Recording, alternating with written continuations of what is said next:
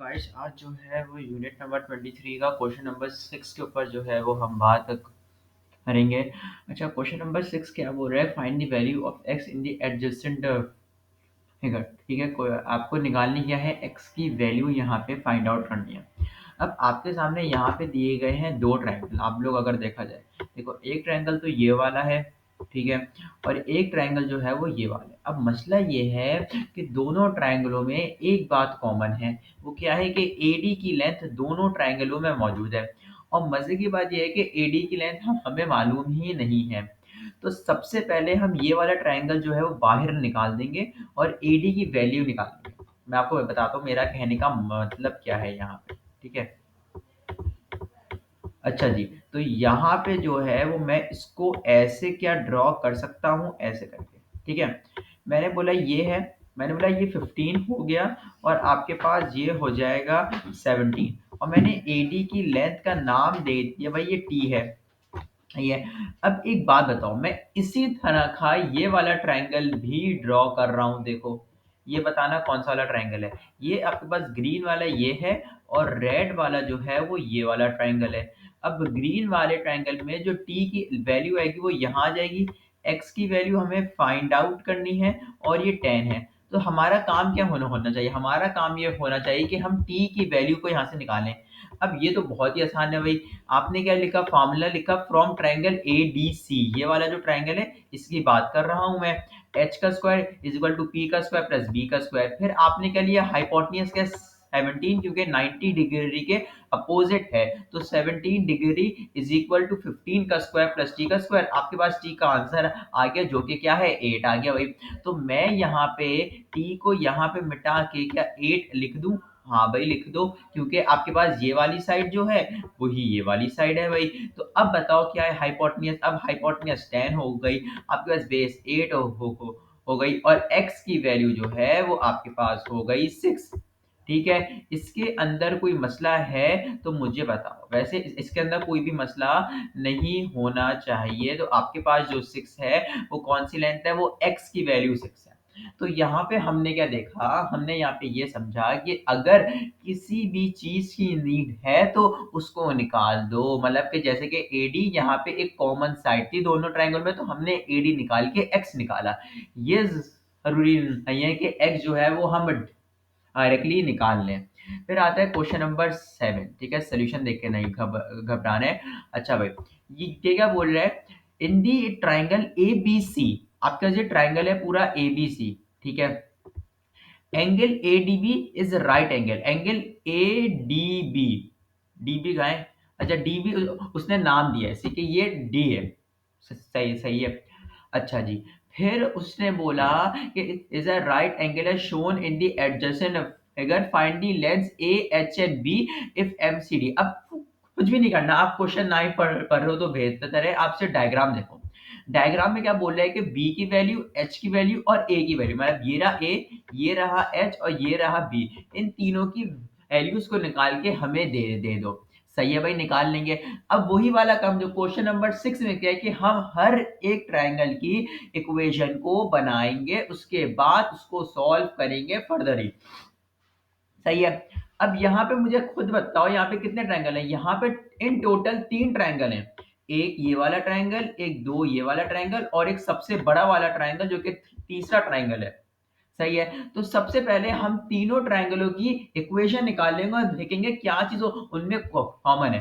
ठीक है, तो हम चलो भाई निकालते हैं इसकी इक्वेशन। सबसे पहला जो ट्रायंगल है, मैंने इस वाले एंगल को नाम दिया टी। वैसे क्वेश्चन में डी है, लेकिन मैंने अपने पास से इसको नाम दिया है टी। सही है। अब देखो यहाँ पे सबसे पहला ट्रायंगल सी टी बी, देखो कौन सा? C T B. इस ट्रायंगल के ऊपर गौर करना और किसी भी ट्रायंगल के ऊपर गौर नहीं करना। ठीक है, मैं यहाँ पे काम करता हूँ, ड्रॉ भी कर देता हूँ। देखो ऐसे, ऐसे है और कुछ ऐसे है। यहाँ पे 90 डिग्री का साइन बन रहा है। एच जो है वो कुछ यहाँ बन रहा है, ए जो है वो कुछ यहाँ बन रहा है, और 5 जो है वो यहाँ बन रहा है। ठीक है, अब एक बात बताओ, 90 डिग्री के अपोजिट क्या है? ए, और बाकी 5 और एच। मैंने वही वही किया यहाँ पे। देखो एच का square is equal to P का स्क्वायर प्लस बी का स्क्वायर, ए का स्क्वायर इज इक्वल टू 5 का स्क्वायर प्लस एच का स्क्वायर। अब यहाँ पे मुझे एच को बनाना है सब्जेक्ट किसी वजह से बनाना है, वरना मैं चाहता तो ए पे छोड़ देता, लेकिन मैं एच को किसी वजह से बनाऊंगा, क्योंकि अगला ट्रायंगल देखा जाए तो एच एक कॉमन साइड है, तो मतलब कि कोई चीज ना हमें निकालनी होगी, तो मैंने एच को यहाँ पे सब्जेक्ट बना लिया। आप चाहो तो बाद में भी बना सकते हो। तो एच का स्क्वायर इक्वल टू ए का स्क्वायर माइनस 25 के मैंने 5 का स्क्वायर लिया जो कि 25 होता है, यहाँ पे 25 मैंने लिख दिया।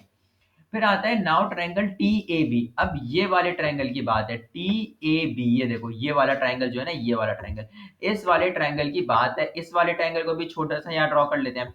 90 डिग्री डिग्री बन रहा है इस साइड पे, 90 डिग्री के अपोजिट क्या है, बी आपके पास उसके अपोजिट है। एच जो है वो यहाँ पे है और 7 यहाँ है, तो बी आपके पास क्या हो गया, हाइपोटेन्यूज हो गया, तो बी का स्क्वायर इक्वल टू 7 का स्क्वायर प्लस एच का स्क्वायर। अब देखा जाए तो एच का स्क्वायर यहाँ भी आया, एच का स्क्वायर यहाँ भी आया, तो मैंने एच के स्क्वायर को कॉमन लिया और बी का स्क्वायर माइनस का 49 कर दिया। यहां तक बात क्लियर है, एकदम परफेक्ट हो गया। अब आओ A B C, triangle A B C जो सबसे बड़ा ट्राइंगल है, ये वाला ट्राइंगल देखो, ठीक है। अब जब मैं ये वाला ट्राइंगल देखूंगा ना, तो मैं एच को यहाँ पे इग्नोर मारूंगा कि एच भी कोई था यहाँ पे, एच को भी इग्नोर मारो।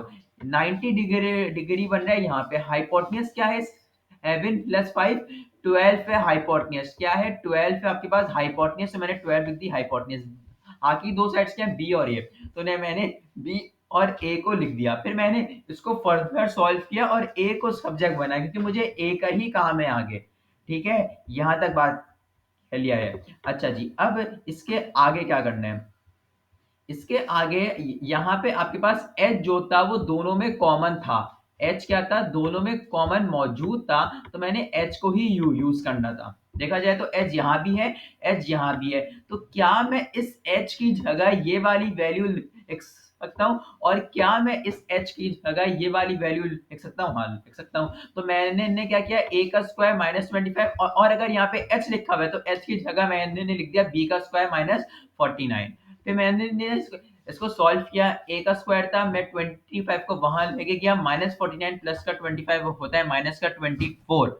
अब ये इक्वेशन बन गई ए का square is equal to B का स्क्वायर माइनस 24। अब मसला क्या है इस इक्वेशन में कि हमेशा जब भी हमें एक एक आंसर निकालना है ना, तो हमारे पास दो अननोन ना हो, एक अननोन हो।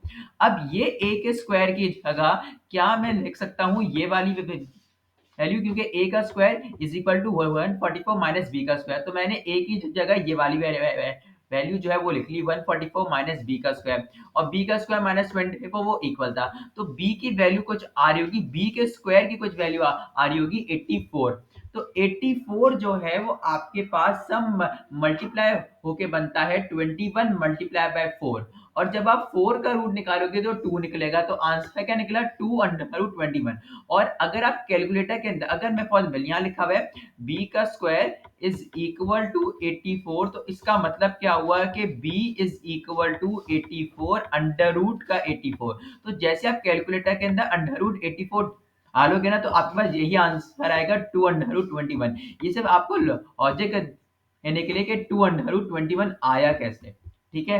अच्छा जी, फिर इसके बाद हमें निकालनी होगी वैल्यू ऑफ, आपके पास वैल्यू ऑफ एच, एच की वैल्यू वैल्यू के लिए देखो एच आपके पास दो दो जगह मौजूद है, मैं इसको एक से निर्देश करूं, यहाँ पे आपके पास एच की वैल्यू दो जगह जो है वो मौजूद है, एक जगह ए अननोन है, एक जगह बी अननोन है। अब जाहिर सी बात है कि हमें बी पता है, तो हम यही वाली इक्वेशन लेंगे, हम बी की वैल्यू को इक्वेशन नंबर 2 में इंसर्ट कर देंगे, जो कि क्या है एच का square is equal to B का स्क्वायर माइनस 49। अब बी के स्क्वायर की जगह बी के स्क्वायर की ही वैल्यू लो, जो कि क्या है 84 है, तो मैंने 84 लिया, 84 माइनस 49 होता है 35, जो कि अंडर रूट 35 बन जाएगा, क्योंकि 35 किसी का भी स्क्वायर या परफेक्ट स्क्वायर है ही नहीं, ठीक है।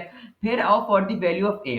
अब ए की वैल्यू के लिए देखो, ए जहां पे सब्जेक्ट बना हुआ है वहां पे बी अननोन है, तो सॉरी बी जो है वो अननोन है, तो बी की वैल्यू हमें पता है, हम बी की वैल्यू को जो है वो इंसर्ट कर देंगे, अंडर रूट 60 आएगा, वैसे इसको करना है 15 इंटू 4, तो आपके पास 2 अंडर रूट 15 आ जाएगा, और तीनों आपके पास आंसर निकल जाएंगे, बी की वैल्यू, एच की वैल्यू और आपके पास ए की वैल्यू, ठीक है। कोई मसला हो तो पूछ लीजिएगा।